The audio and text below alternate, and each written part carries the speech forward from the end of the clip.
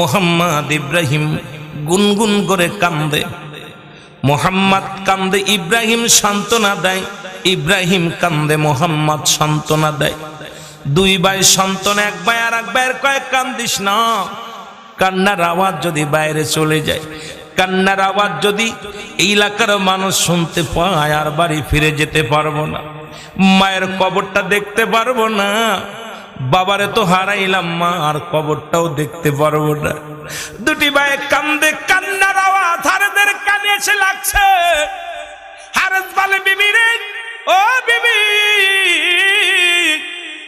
কেমন যেন একটা কান্নার আওয়াজ শুনতে পাই। বিবি বলে, না রে স্বামী না, তুমি কিসের কান্না শুনতে পাও? কই কান্নার আওয়াজ আসে, কয় পাশের বাড়ি, কয় না এটা কুপ্পাবাসীর কান্না না, কুপ্পাবাসীর কান্নার সুর এত বালা না। এই সুরটা আমার মনে হয় মদিনার সুর, এই সুরটা মনে হয় মদিনার মনোয়ার আর পাগলদের সুর, এই সুরটা কুপ্পাবাসীর সুর হতে পারে না। বিবি কয়, স্বামীরে তুমি পাগলামি করো না, খানা খেয়ে নাও। কয় না, আমার এই সুরটা যেন কেমন কেমন লাগে, এটা কুপ্পাবাসীর সুর হতে পারে না।